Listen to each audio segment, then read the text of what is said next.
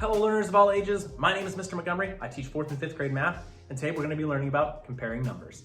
Now it's very important to review one key concept when it comes to comparing numbers in order for us to say it correctly. It's to know what these symbols mean. I know that the book usually gives you an example of greater than, less than, or equal to, but I feel like it's very important for students to understand that it's more than just the alligator eating the bigger number. It's important for students to be able to say it. And so what I usually do with my students is I have different types of markers. I have them get out like pencils and I would have them make this shape. Okay, well, what was this? Well, this is greater than, this is less than, this is equal to. So that's just an example of what some students can do to practice their skills.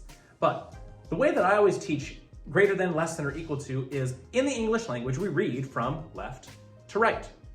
So if I have a sentence, the cat ran, I would read from left to right. It's the same thing with reading numbers, especially when we compare.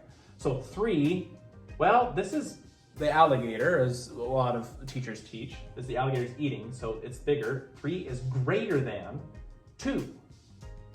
We have the less than symbol. 2 is less than 3, because we're reading from left to right. And 2 is equal to 2. Again, greater than, less than, or equal to. In your own time, I would strongly encourage you to practice or practice with a friend to make sure that you get those symbols correct. Now, when we compare numbers, we're trying to figure out which one is greater than, which one is less than, which one is equal to. We're going to be using numbers up here on the board. So I have the number 2,515,900, and I have the other number 2,510,000, and there's nothing in that last place value. So the best way to compare numbers is starting by lining our two numbers up vertically. This helps us know that we have certain numbers in each place value. It's very, very important that students, you line up the place values in the correct place. If you need to write the number backward, starting with the ones place, going all the way to the millions place, that works. If you're still having problems lining up your place values to compare, I would recommend using graph paper, the paper that has the small squares. But when we compare, we always start with the furthest to the left. I have a 2 in the millions place and a 2 in the millions place. They're the same. No distinct difference. 5 in the 100,000s place and 5 in the 100,000s place. Again, they're the exact same. 1 in the 10,000s place and another 1 in the 10,000s place. 5 in the thousands place and, oh. Well, which one's bigger, 5 or 0? Yeah, 5's bigger. So we have our number that is bigger. What symbol we would use, greater than, less than, or equal to make the number statement true?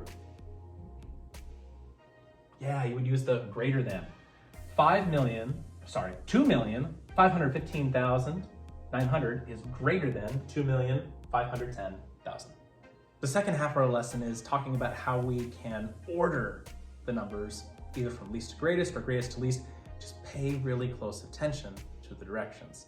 Where I'm taking this example from is on page 15 of your hardcover. This will be number 12. But the directions say, write the numbers in order from least to greatest.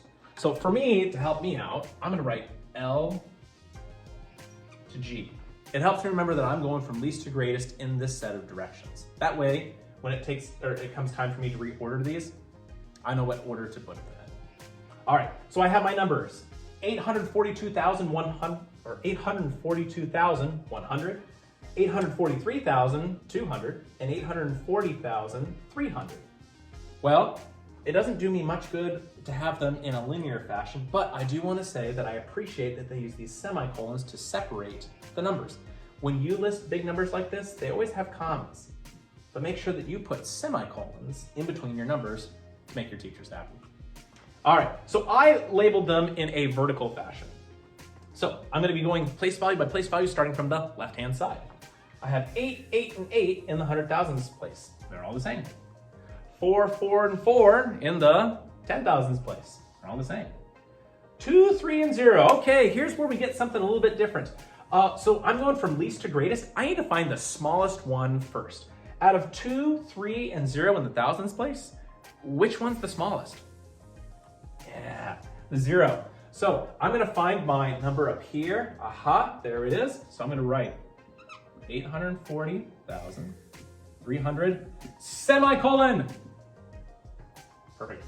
And I can cross this out when I'm done because I know that that's the smallest one. Now, I still have 2 and 3 to work with. Well, what's smaller, 2 or 3? Yeah, 2. So 842,100 is my next one. 842,100, semicolon.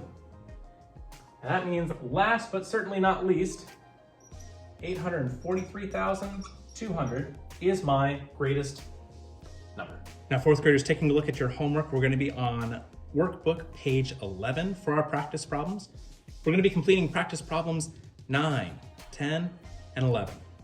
For 9 and 10, the directions say compare the numbers, write greater than, less than, or equal to in the blank. And for number 11, the directions say write the numbers shown in order from greatest to least. If you have any questions, feel free to ask me tomorrow morning when you bring it to class.